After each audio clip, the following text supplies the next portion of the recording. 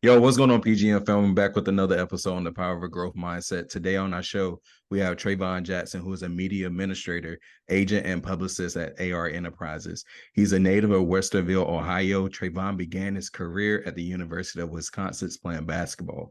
Most notably, he achieved back-to-back Final Four appearances, including an unforgettable national championship matchup against Duke. After college, he played professional basketball in a different host of different leagues, and he's currently serving as a high school basketball assistant coach and is actively engaged in the W Club Advisory Board. Traevon, welcome to the show, brother. Man, what's up, Mike? I appreciate y'all having me. It's an honor. It's a blessing to be on here with y'all. It's good to see you guys again. Like I Yes, said, it's been sir. a Yes, while, sir. so it's good to see you guys, man. Likewise, brother. Likewise. So, I appreciate you for accepting the invitation to be a part of our show today. Before we get started with and diving into what you have accomplished and the great things that you're doing, we just want to have like a mental health check-in. Oftentimes us Black men, we don't get that opportunity to just show up authentically in spaces. So, we just want to check in, man. What's going on? How you feeling? How you showing up today? Man, I'm doing good. I better be good if I work for AR Enterprises. Shoot, it's the whole mental health and wellness section with that company. But no, I mean, I get it. I get it. I check in a lot with myself on a daily basis. I try to thing that helps me out a lot because everybody goes through their ups and downs and things like that. The thing that helps me stay consistent is just daily scheduling and just like intentionally putting time for myself. So like one thing I try to do is like before I start my day, I don't care if it's 5-10 minutes. Like I try not to do anything without just sitting there and just being still and just breathing. And whatever I'm dealing with, I deal with it then. And then I take throughout the day to deal with it. So I'm actually doing really well, man. I got a really good support group around me of family, people that are friends. And I actually know some tools. Like I actually know the tools that I need to do to actually stay mentally healthy and not just getting through. Like my thing is like remain healthy. Don't just always trying to get healed. Like no, stay healthy, stay at optimal level. So it's definitely want to keep perfecting that, but I'm doing good. I can't complain at all. Man, that's dope. Appreciate you sharing that because that tip that you just talked about, literally before you start your day with anything, like that's something that I've been trying to incorporate. Yeah. Because I think, especially like I work from home sometimes I'm in the office, but you know how it is. You roll out of bed, it's like, all right, I can just start my day versus like you giving yourself that time to be present in the moment, be present with what you are about to do. And it just helps shift your mindset and focus you on what you're about to get into. So thank you for sharing that because I think that's important because a lot of us just like to get right to it. And you can't operate like that. That's operating in stress. You can't, bro. I'm trying to get better at my nights, honestly. The nights is the one for me. It's just like shutting everything down, winding myself down, and just get off everything. That's the thing I'm really working on to get to that next level. It's good, but you want it to be Ray Allen in the corner, knocked down great. That's what you want. I hear you. Hey, so what are you doing now to help you with that? Because I know for me that's something I've been struggling with as well. And I keep saying, if I go to bed at 1, I'm gonna try to go to bed at 12:45 the next night. So small steps equal consistency and growth. Just shutting down everything, like just unplugging, man. Like, just really unplugging from everything. Like turn on my phone, right? Get off social media. A lot of my work is on social media. So like I'm not just scrolling just to scroll. Like I'm a lot of times actively working while I'm scrolling or looking at certain things or cutting this clip or doing that. And just really get to the point where like I sit down, I stretch, I breathe, and I just deal with my own thought process that I go through, right? I try to really review my day. Okay, did I get done what I wanted to accomplish today? If I didn't, why? Why was that? Okay, what can I do tomorrow? Let me review my schedule. Let me see how it is. And I try not to be so robotic about it because, there's so many different things out there that you can do this and this step and that step, but it's like, I want to be in a flow.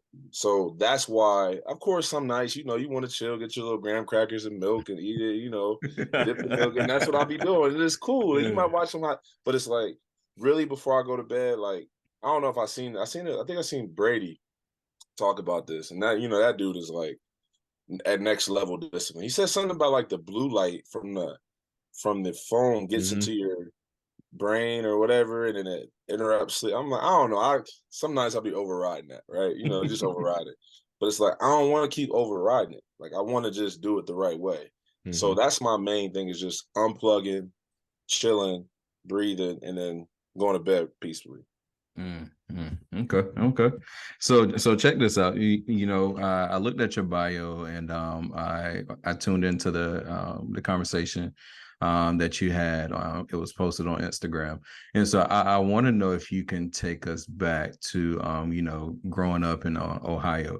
And this question that I'm about to ask, I know a lot of my student athletes, they're going to tune into this episode because I'm going to present it to them, because I think it's going to help them, especially understanding where you were and where you are now. So, growing up in Ohio, how do you think your hometown upbringing has influenced your journey to becoming a professional athlete? And are there any specific lessons that you feel like you learned and were able to carry with you today?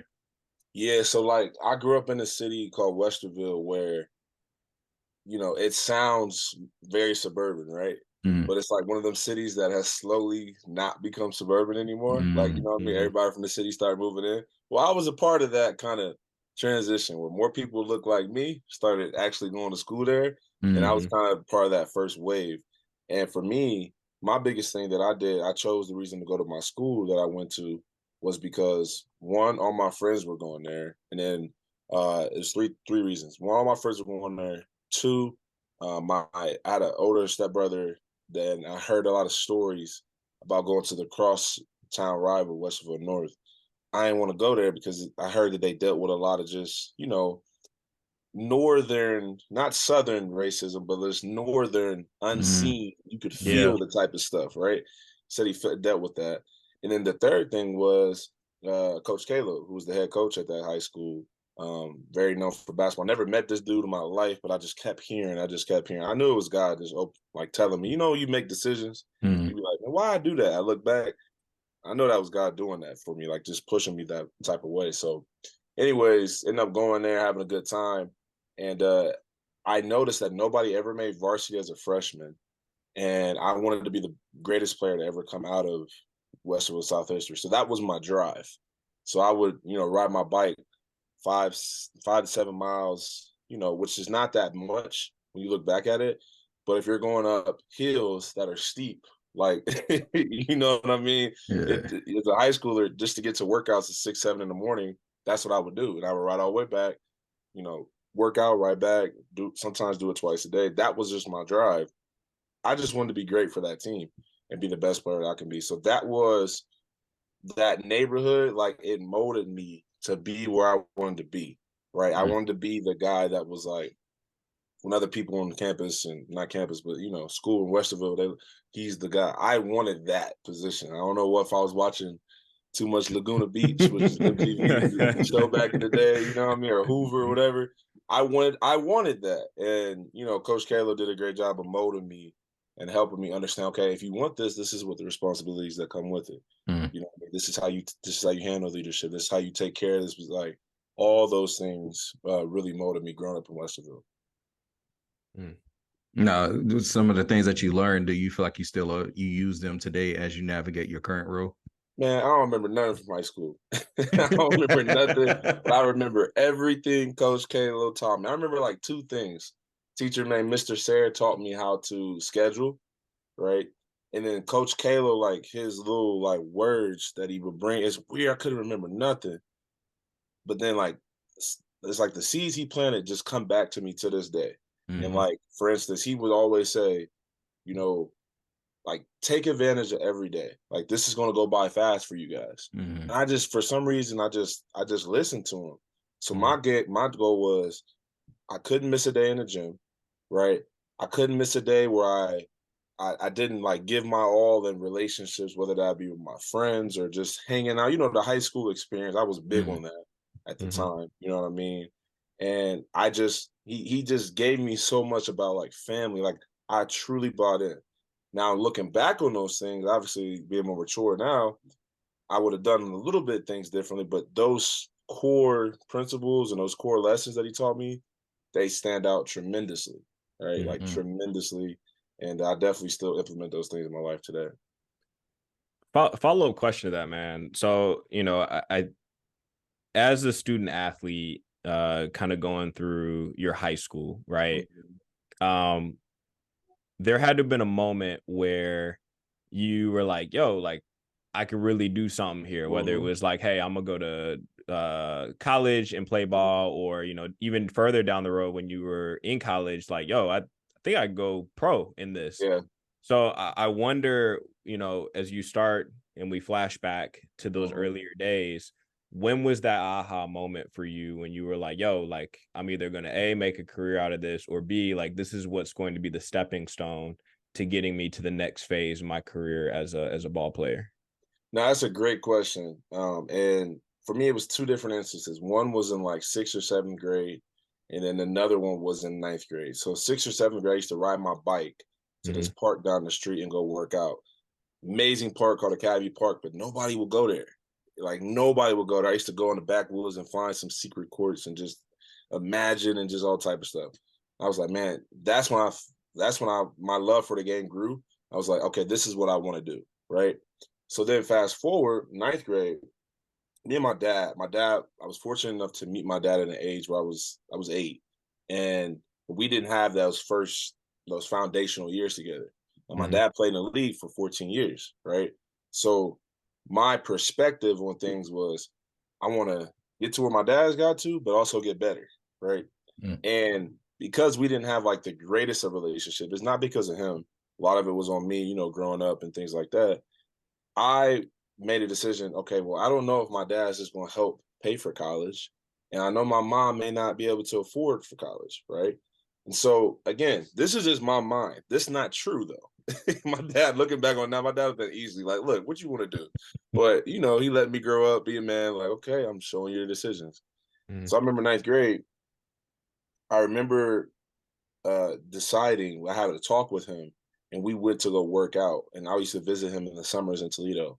And he said, you want to go to the gym? I was asking him. He was like, yeah, I do. He was like, well, if you really want to do this is how we're going to do it. We're going to work out every day, 6 a.m. You're Mm-hmm. going to get up at 6 a.m. We're going to work out from 7 to 11. And then you're going to go to work. And he made me get a job at McDonald's. And I'll tell you why he made me get a job at this. But every day, no questions asked. Every morning, woke me up. Oh, in the middle of the summer, bro. This is the middle of your summer, right? Right. But this was the best lesson ever because he literally taught me the amount of work that you need to do to be successful. So I had a good freshman year, but that summer I took a jump. We played nationals.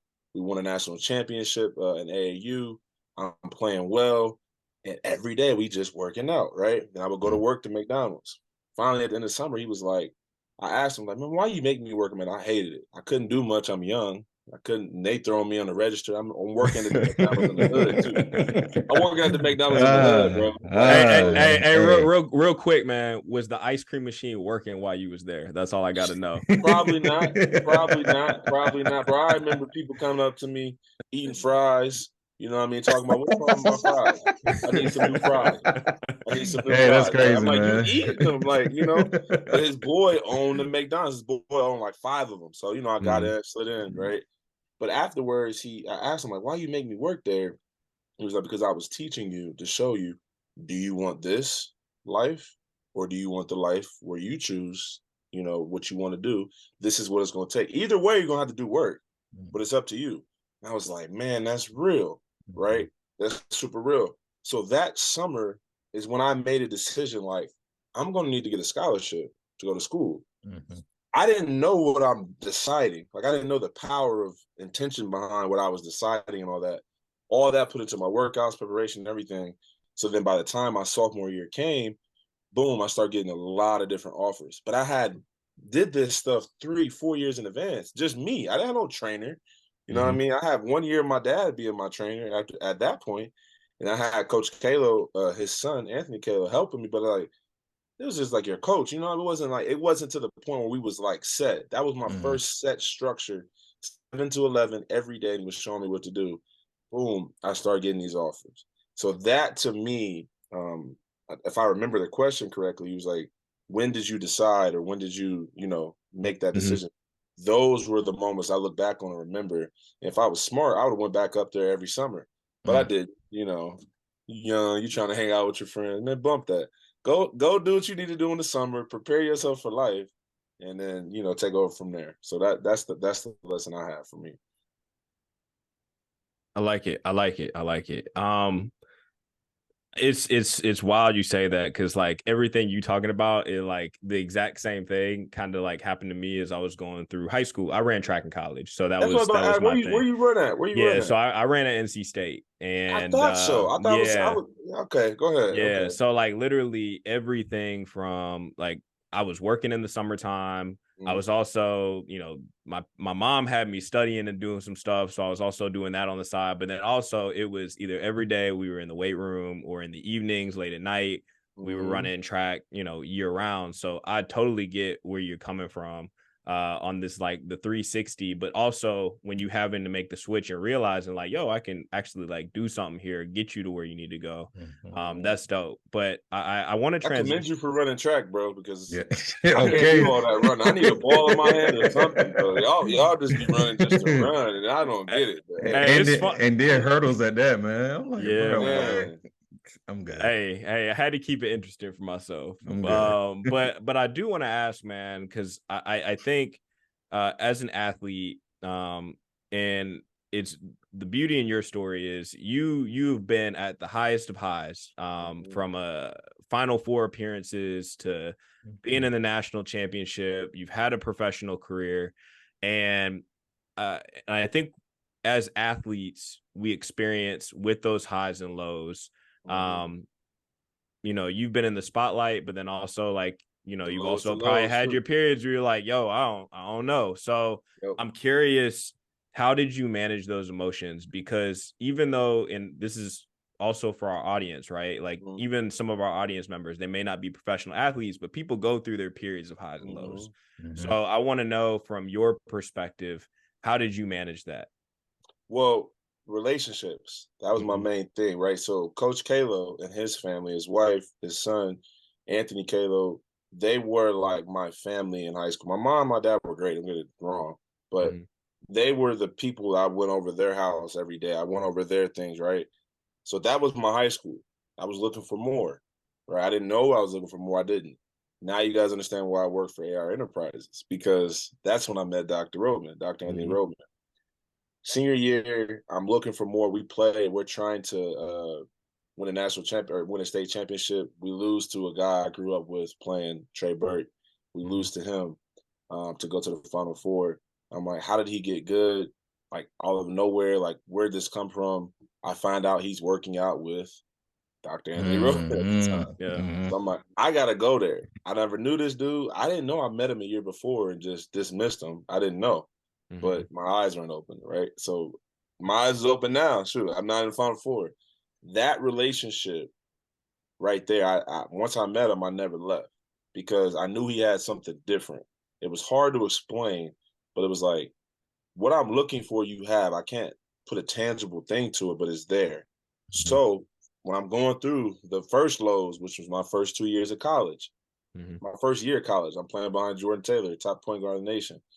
He told me, "Look, you're not going to play at all, but look, this is a good year for you to just develop." I ain't trying to hear that. I'm trying to hoop. What happens? I don't Uh, play at all. I get thrown in sparingly here and there, and so mentally, not even realizing I'm depressed, right? Mhm. So fast forward, second year, he said, "You're going to play your second year." I didn't know how. We had 3 point guards. One point guard goes down, the other point guard ended up taking this spot too. Not taking this spot, but like, 'cause that was my guy. But ended up getting a position and opportunity to play, and I never looked at back since then. We do everything we tried to accomplish. I make some tough decisions as a pro, put me in a situation where I end up in the minor leagues just to get film. Right, I Mhm. just needed film of some sort. It's only a couple months, but I went from Final Four in college to minor league as a pro, and it's like, dang, what am I gonna do? But the whole time he's here showing me, no, this is the decision you made. This is why you're dealing with this. This is what you need to do to get out. And Mhm. so he really was a compass for me, like what they say, flying north. He was that for me, like to help me recalibrate myself to get back in line. And if I'd have just listened to the first place, I wouldn't have had to recalibrate. So that's the lesson for everybody: is just listen Mhm. and just do what you're supposed to do and stop trying to skip the process.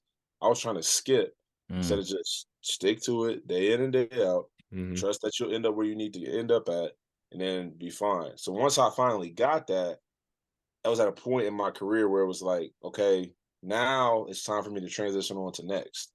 Unfortunately, that's why I'm saying, like, I decided I had this young, because it'd have been a wrap. Like, it'd have been right, but things work out the way they do. And my last 2-3 years playing professionally, played Slovakia, then played in Sweden. Um, that's when I finally got this part right. I understood that part and started implementing it, and then boom, COVID happens, and I'm like, okay, what do I want to do? Right. And that's what transitioned me on to outside the basketball court. Let's stick on this for a second, right? So, because I want to paint the picture of everything that's kind of like gone on with your career. You talked about, COVID happened, and now you're trying to figure out this transition, right? And I think, and we see this in the news, we see this across many sports, whether it's high school, college, professional level, where you kind of have to transition it back into society in a way. And that can be hard for some folks.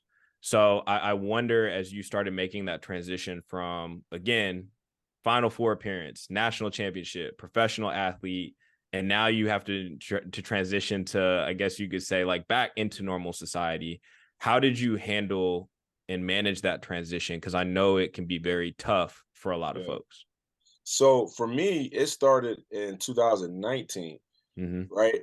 That was I always said that was my COVID year, that everybody, because COVID for me, it was easy, it was fine.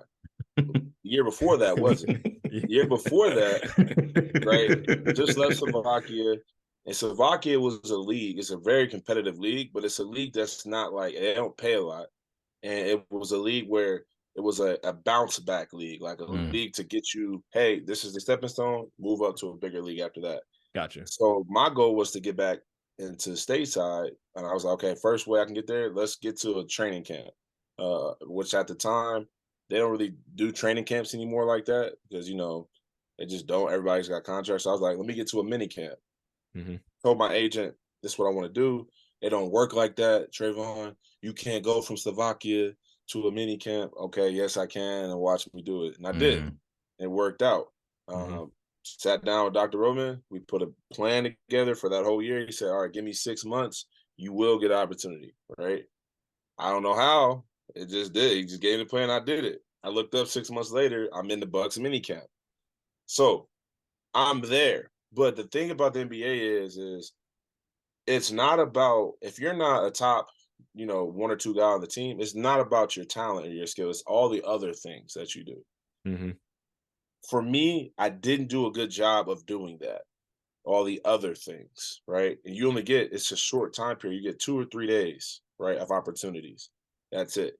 So the writing was kind of on the wall for me. I'm like, man, I know I'm probably about to get released. I've been here for about 3-4 weeks with the main team and then the G League team. I can already tell, I can just see the writing on the wall. So what happens, end up getting released. So now I'm in the middle of October. I don't have a job. So I'm already dealing with unemployment. Now, if you know basketball, overseas already goes in August. So I waited a whole extra month. This is why my agent was upset, because he like, if you don't go overseas, I don't get paid, basically. Because I don't get the. I'm not an NBA agent. I'm not. I'm like, bro, I don't care about all that. I'm gonna work out with you.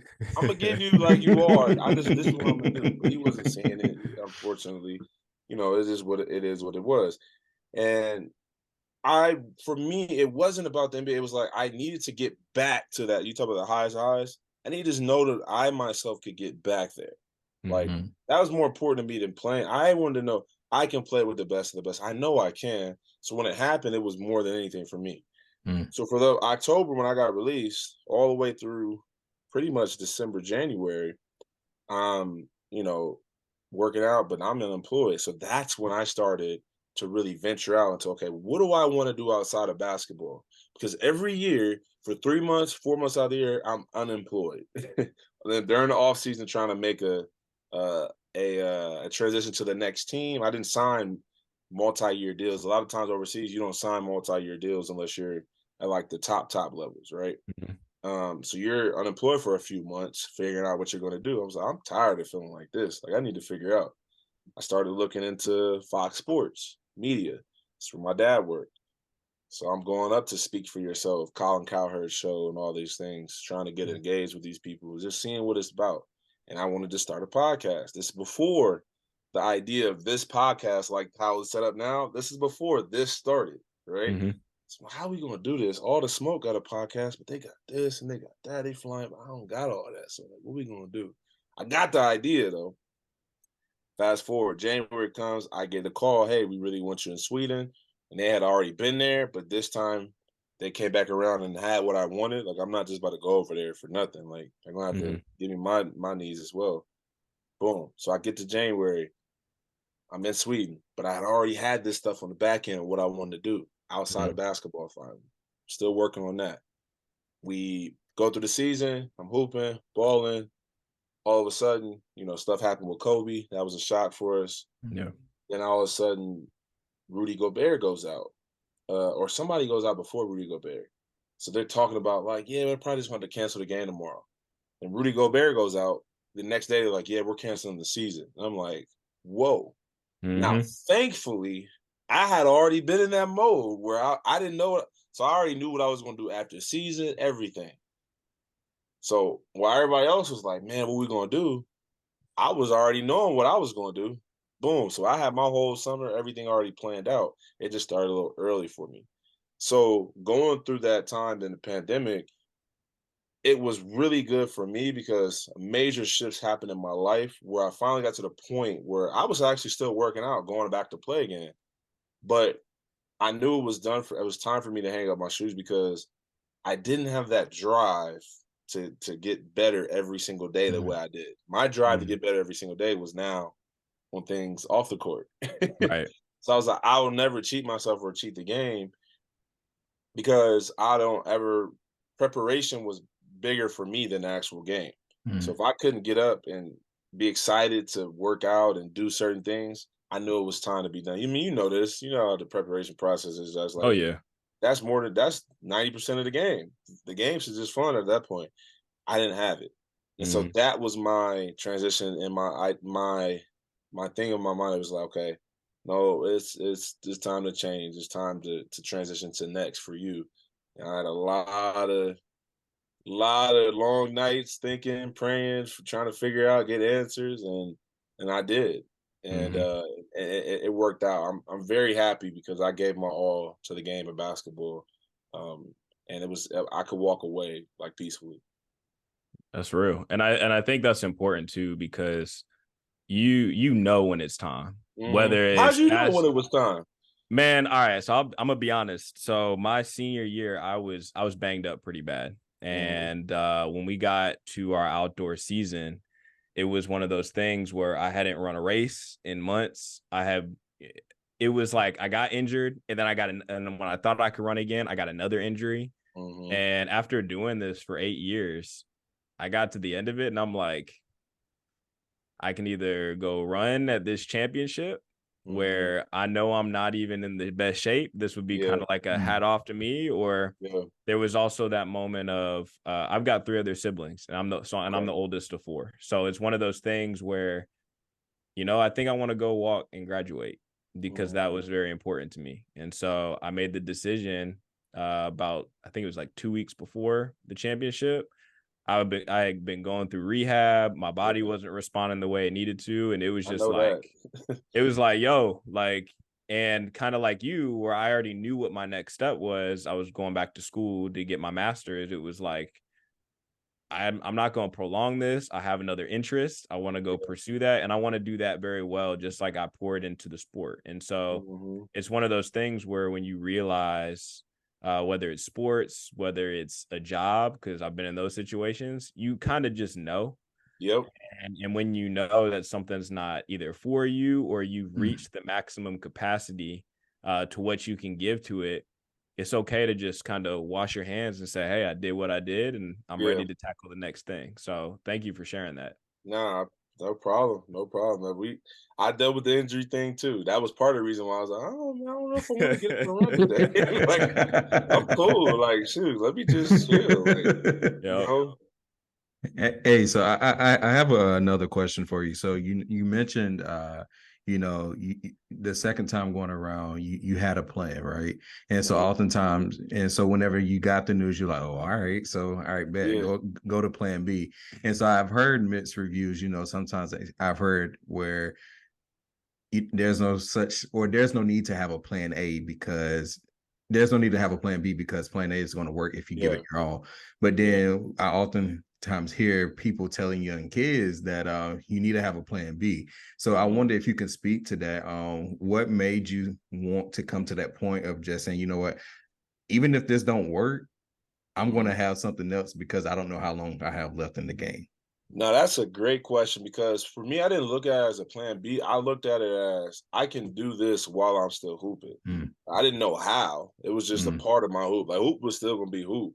It just Yeah. was like I'm gonna do this alongside of hooping mm, because like when the season was over, I had so much time. Like as a professional, you got 4 hours a day. That's it to work on your game. I would put in usually 6 to 8 because I was on the heavier side, which is why my body there was some injuries, right? Mm-hmm. But you know, what am I do for the rest of those? What is that? 12, 18 hours of the day, whatever. I need to figure that out. So for me, my mindset wasn't necessarily plan B. It just was this is what I'm gonna do alongside of preparing, and it just so happened that that became more of my main thing. So I mm, always encourage guys like if you have a plan B, I get where people's aspect is this, like I get it, but like if you have a fallback plan, then you're preparing almost to kind of fall short, right? right. Mm-hmm. Nothing wrong if that's how you want to do. Just letting you ain't gonna get because in your mind you're gonna be like, well, I got this. For me, it wasn't I got this. I'm gonna do this along with it, Mm, and it just so happened to shift. So I always tell guys like, do things along with what you're doing. We're so Mm-hmm. one track minded as athletes, especially basketball players. Basketball players are the worst. Everything we want to do is, this is it. This is life. Like, bro, you ain't Mm-hmm. gonna play till you 50 years old. Like, there's so much more in life. Like, you can do other things. Like, you can Mm-hmm. do it now. And I think now it's starting to get more like acceptable to do that of these Mm-hmm. last 5, 10 years. But you gotta think, we're talking 18, 19 when this is going on. A lot's changed in these 5 years. Yeah. It wasn't as acceptable then. Like, we were from the age where the shut up and dribble thing was there. So that's why I encourage Yeah. guys, do other things what you do, but give your all to the game still too. If this is what you want to do and put your all into this, but you still can grow as a person Mm, wholeheartedly, and you still can become who you were designed to become Mm-hmm. in that process. mm. I receive that and I respect that wholeheartedly. So we want to pivot a little bit. So, looking at the work that you do with the W Advisory Board, I wonder Mhm. how is that impacting collegiate athletes today? No, it's cool, man. It's weird because I just got on. So I just got on within the last about I want to say month and a half, 2 months. Mm-hmm. But it was a whole year process that I didn't even know I was being vetted to be on. Mm-hmm. I was trying to set some things up with my alma mater, University of Wisconsin, where we had some like alumni things set up. In the process, I'm talking to the W Club president, my boy Nick Pasquarello. Shout out Nick P. And throughout the time, we developing a relationship, and he like, man, I really want you to like come on to the advisory board. I'm like, okay, well, what does that even mean? Like, what do we do? And he's just like, well, basically, anybody that comes out to your area, the Vegas area, will help them. We'll direct them to you, and we want your input on how things should go as former student athletes. We want your input on how we can make the Wisconsin experience better for all the alumni involved. Mm-hmm. Cool, no problem. That's what I was trying to do anyway with our basketball teams. So for me, how it's helped me is I've gotten a chance to get different perspectives from different athletes. And one thing I try to do is call different athletes from different fields, not just basketball, but football. I'm trying to reach out to cross country, hockey, whatever the case may be, and say, hey, how has your experience been post career? Do you have a good relationship with the university? What are some things you wanted to be have changed? And the whole overall goal is to utilize this network. I mean, that's really what we go to school for. Like, the learning in one thing is a totally different thing, but it's really for that network, that people that you Yep. Hey, if I can call up, he's here. Like, we got Badgers all over. They got a whole cafe out here on the West Coast where I'm at. And it's like, what if I had this connection with them? You never know what that can lead to. Relationships, are everything. Mm-hmm. So that's kind of how I use the position that I'm in at the university now. It's still like I'm still learning it as myself, and I just try to be myself within it. And I'm looking forward to seeing the other facets of what that could turn into or become. I'll be hoping I'm answering y'all questions, bro. I'll be talking long-winded. Nah, man. Hey, it's a vibe, bro. And I just appreciate your authenticity and you just giving us the real from your perspective and no one else. And at the end of the day, that's what really matters. And who it connects with, that's the only thing that really matters. And so I appreciate you. So far, so good. Good. It was good. That's good. Yeah, man. So we want to continue with this kind of like post-athlete life, right? So you've now transitioned from being a player, now you're on the advisory board, and now from what we've seen, you're doing a little bit of coaching as well. So I wonder, how have you navigated presenting those life lessons that you've kind of learned along the way to this next generation of talent that's coming up? These next generation dudes is hard-headed. You know Out. what though? So this was the story that stood out to me, right? Mike told me a story of D Wade, and D Wade was asking a guy to help him, like, "Hey, can you help me get to that next level? Really want to get there." And dude was like, "No problem, I'll help you. But as soon as you're late, as soon as you don't show up, I'm leaving, and you'll never hear from me again." And you hear this, and you're like, "Man, that's harsh. Like, what is he? You know?" But that's real though. But it's real because what ended up happening was D Wade was late one day. So he run into the bus stop or wherever they meeting. He happened to see the dude at the stop sign pulling off like he said he was. He ran him down, knocked on the door, "I'm here." The dude was like, "Hey, young fella, you lucky that I didn't pull off. Next time you do this, I'm leaving then."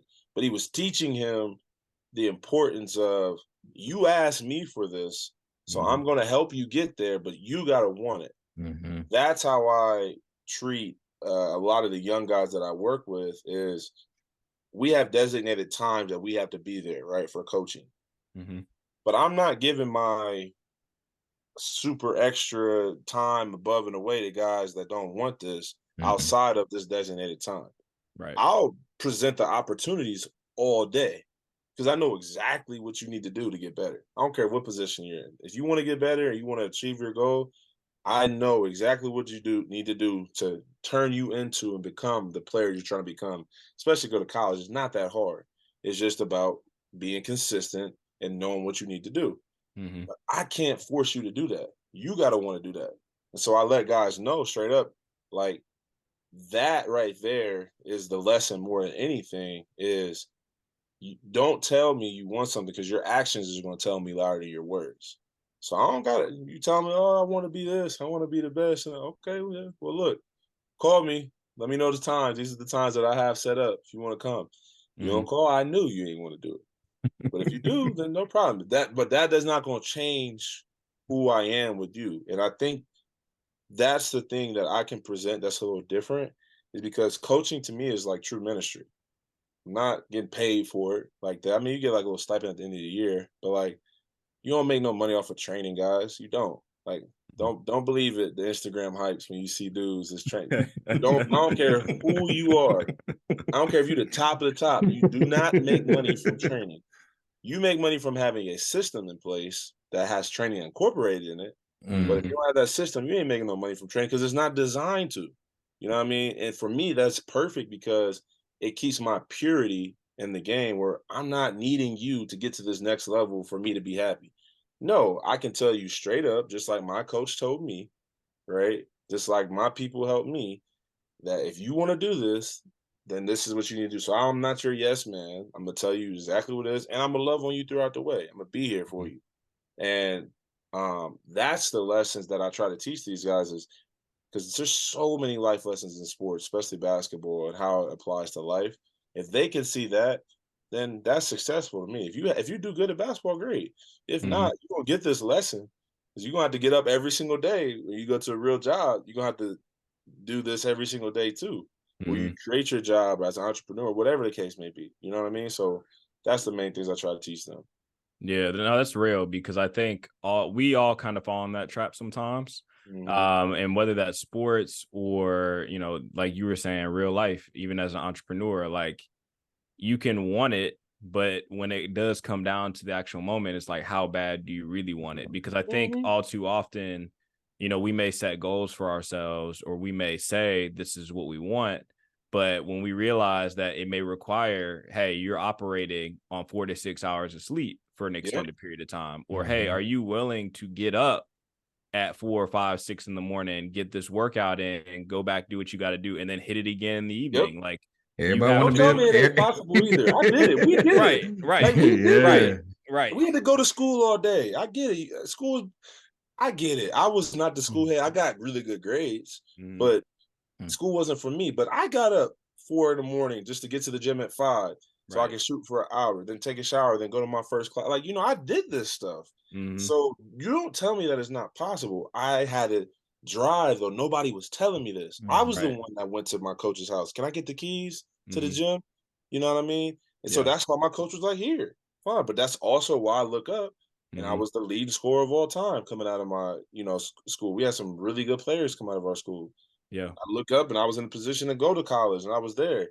And I'm not tooting my own horn. It's just I'm looking back on it like, oh, that's not everybody's mindset. So you Mhm. can't force that on people. That's maybe you, but that may Mhm. not be everybody else. You know what I mean? Mhm. So you're Yeah. right, man.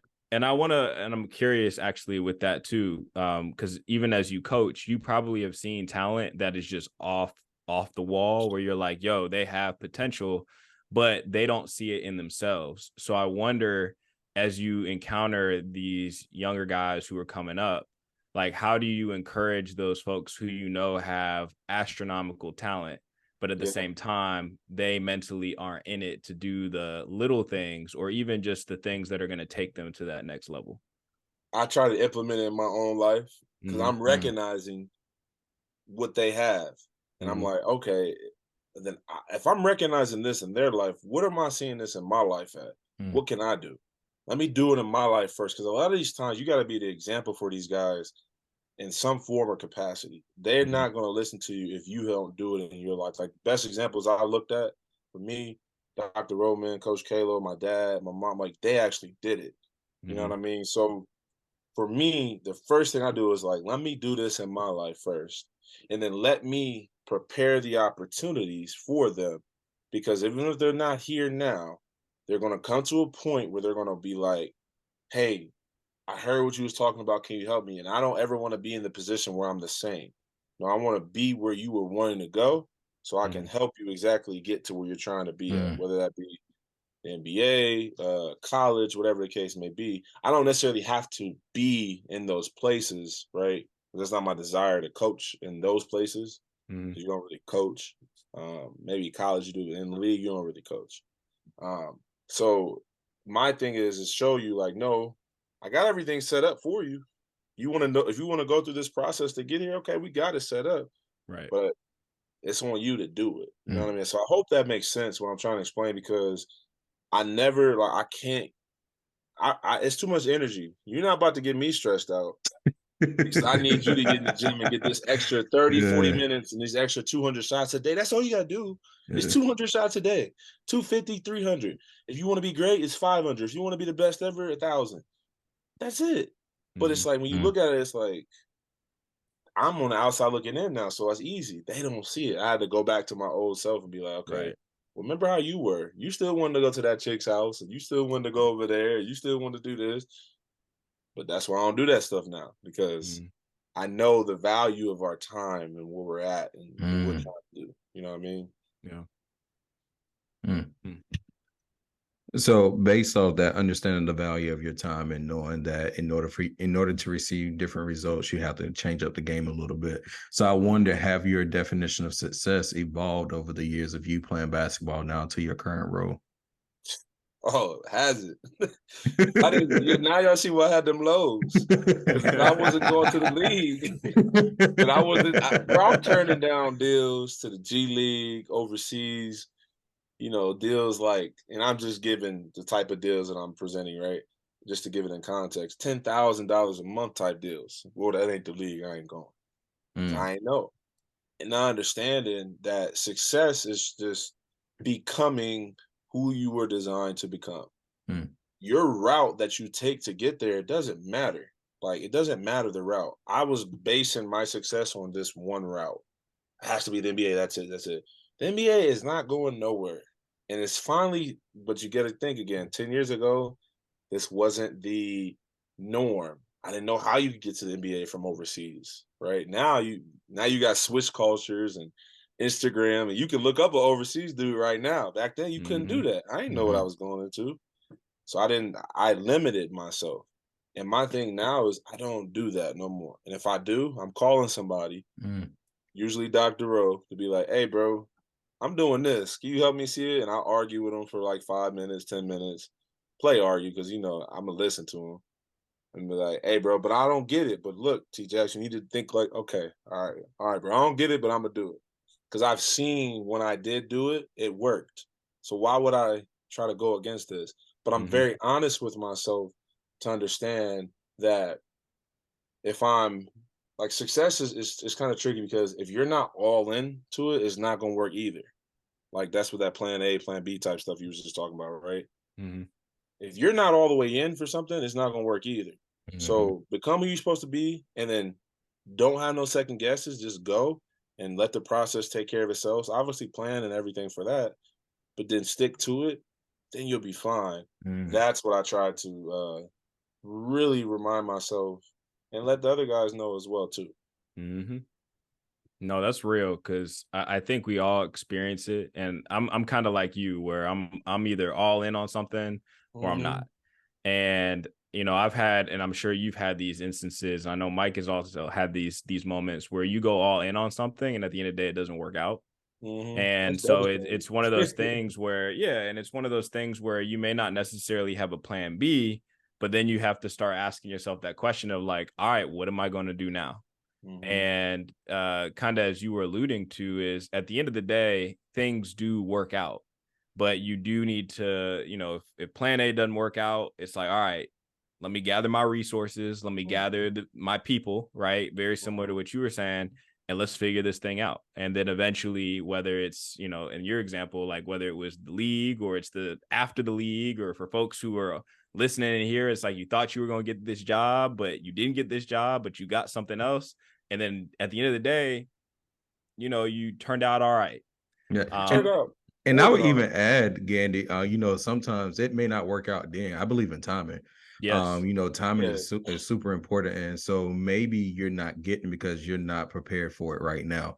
And Right. so Literally. sometimes, like my man, without working in McDonald's, you wouldn't have had that prior understanding of the skills that you needed in order to get to where you were going. So just because it may not be right now for you doesn't mean it's not it for you later on in the future. Right. Literally, preparation is everything. And then, like you just said, Mike, like you gotta have the wherewithal to stick with it when you Hmm. can't see. Like Mm, some people are just gifted to see beyond the normal time period of how things will work. mhm. That wasn't me. I needed to know. You need to give me a plan so I can see the plan. Uh, And so that's what I focus on now. Just give me the plan. What do I mhm, need to do every day? Because I don't need to worry about the results. Just let me focus on what I need to do every day. And let me saturate myself with why what me doing every day will work. If I mm, Yeah. do that, I'm good. Right. And like you said, Mike, like if you weren't prepared for it, it won't come. I'm a firm believer in that. If you're prepared for something, something will come.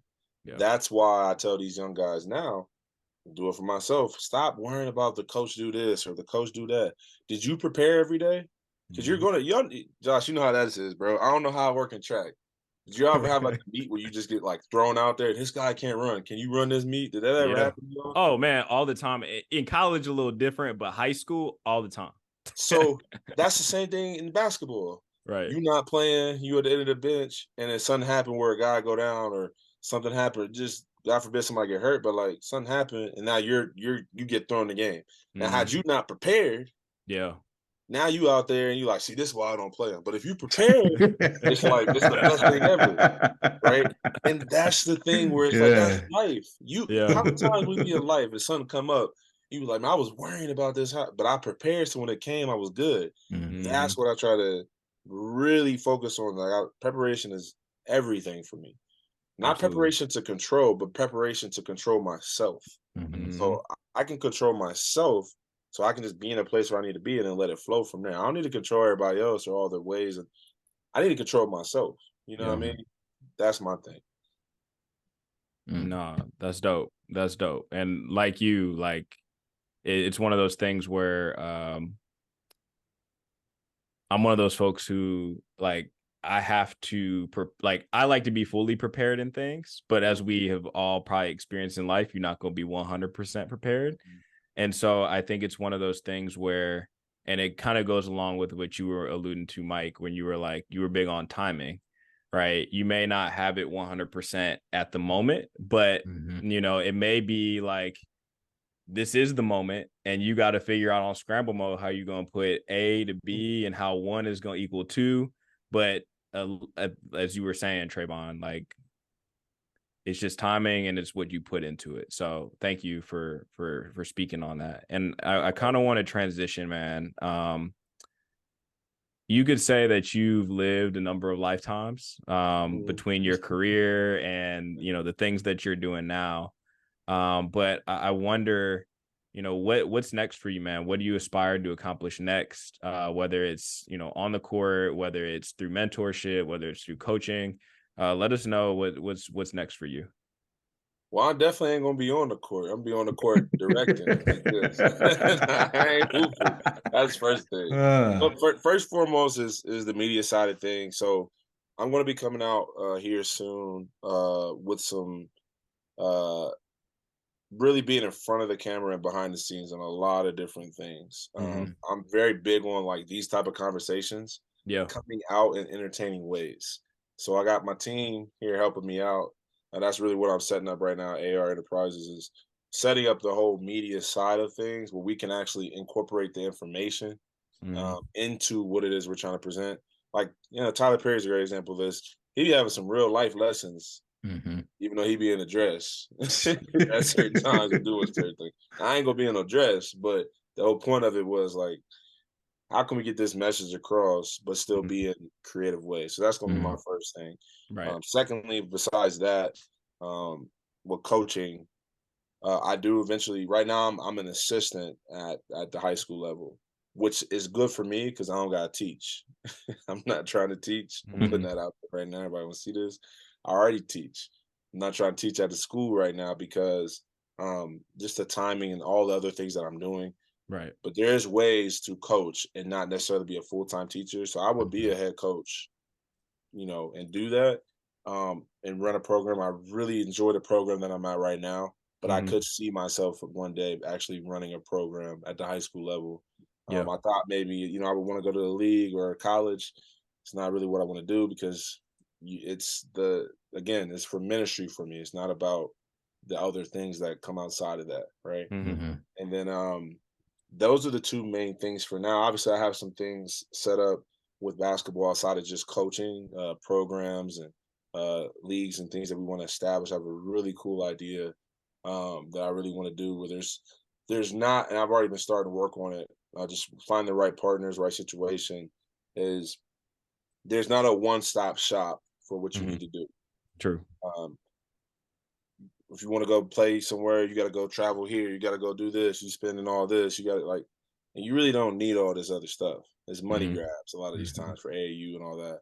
So I got some stuff set up for that we're trying to put in the works where we can give these young men and women an opportunity to grow their game and their life in the place where we're at, which is right now Vegas, where they have everything that they need there.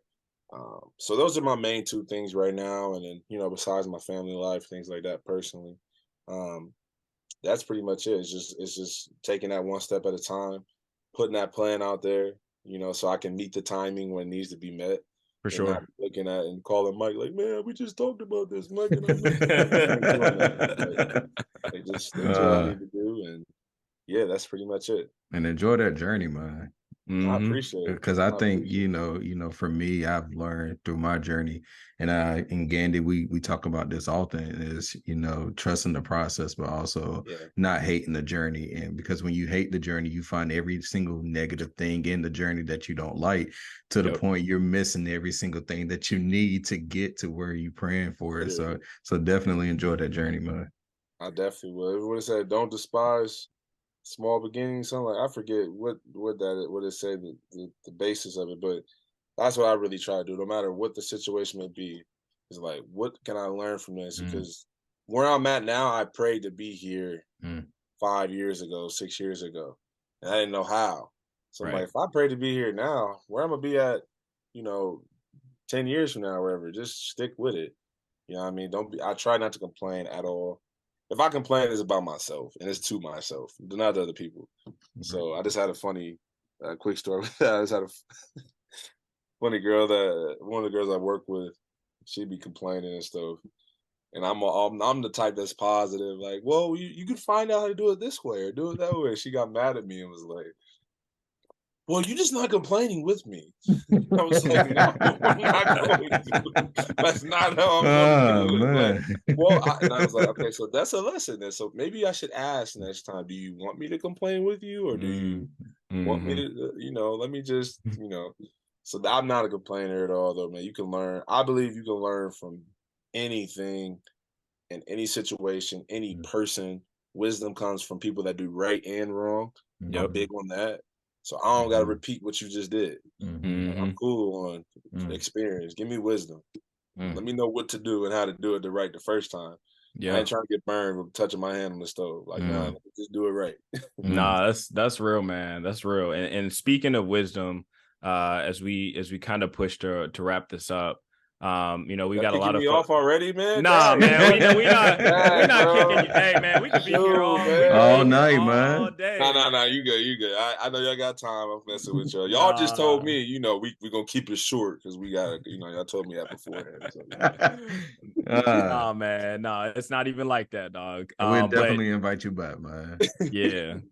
But speaking of wisdom, man, you left a lot of gems throughout your career and the things that you've experienced, and our audience is all about having a growth mindset. Mhm. With the challenges that they're experiencing every day, trying to figure out how they're going to continue to prosper and grow in whatever situation they're in. So Mhm, as we wrap up today, man, we want to ask any closing things you want to leave for folks, any words of encouragement for folks who are trying to get better in their journey or just grow from where they're at.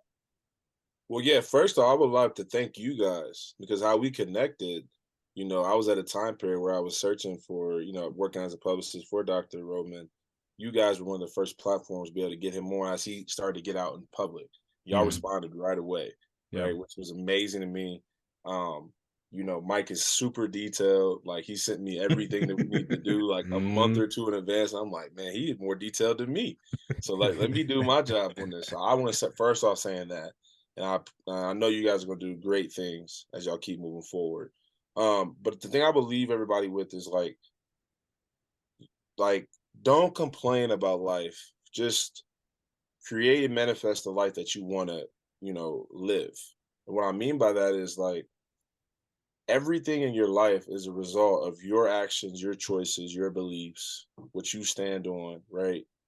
So if you're not liking the life that you're dealing with, then make different decisions and different choices. It's very simple, which I believe is freeing Mhm. because it's freeing to know that I have the free will choice to direct my life and go to the place that I'm trying to go to. And I can literally ask, right? I can ask for wisdom and it'll be given to me.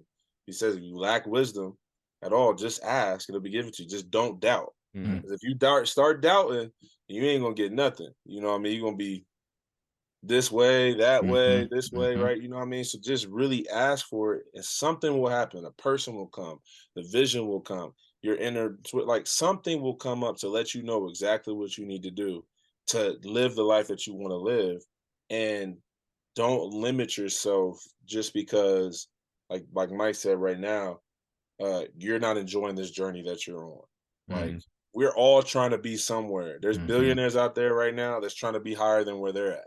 So there really is. It's like I think about that in my time. Like if you had all this money that you think that is creating this, would you still be happy? Because they got a bunch of different problems you don't see. Bro, You know yes. what I mean? Like it's little stuff like that where it's like enjoy where you're at, but if you want to live the life, then go for it and ask for help in the situation, and it's going to come up to help you, and just stick to it. But don't be a victim. Don't accept victimhood. I get it. We all deal with stuff, right? We all deal with different circumstances. Don't accept being a victim. Choose to create a life that's out of victimhood, and so that you can actually become who you was designed to become. Wow, I received that, man. I received that. Yes, sir. And so, you know, for the people who would like to stay connected with you, I know you say you had a lot of great things coming up. How can they get plugged into your current work? Well, with your current work, and also anything that you have coming out in the incoming future. Yeah, man. So you can check out my socials at T Jax. T, don't forget the period in between the T and the Jax. I just did a little music thing, that was it, right? You know, I'm especially gonna be coming out some things TikTok probably here soon more. I didn't understand it because it's the young generation, you know, that I was the type of guy I call it Tiki Tok, even though I'm still young. I'm still young, but and for a lot of work that I do, you can check out Dr. Anthony Rodman's, a lot of his socials and things like that. I'm kind of the person that kind of runs that behind the scenes, and a lot of videos, different things like that. So as he goes forward, I'm going to continue to, be right there beside him and patting him along the way. So that's a lot of work I do. And if you're in the Vegas area and you're trying to hoop, I'll see if I can help you. If I can, great. If I can't, I'll tell you to somebody that can. You know what I mean? So that's where I'm at right now with life. Well, we appreciate you for coming on the show, Traevon. Honestly, Sir. you inspired me. But like I said, I know you will inspire several of my students who I will ask for them to listen to this episode. Like he said, guys, it's important that we create or get in the habit and position ourselves to be able to create and manifest the lifestyle we want to live, because that's important. We have to, at some point in our life, step outside of the just living or living to survive mentality and actually just begin to learn how to live and just live how we want to, with understanding the importance of values and understanding the importance of making sure we respect other people. But I just want to say thank you so much for coming on our show. We really appreciate you. We'll definitely invite you back. And there you have it, everyone. It's the power of a growth mindset. It all starts with you.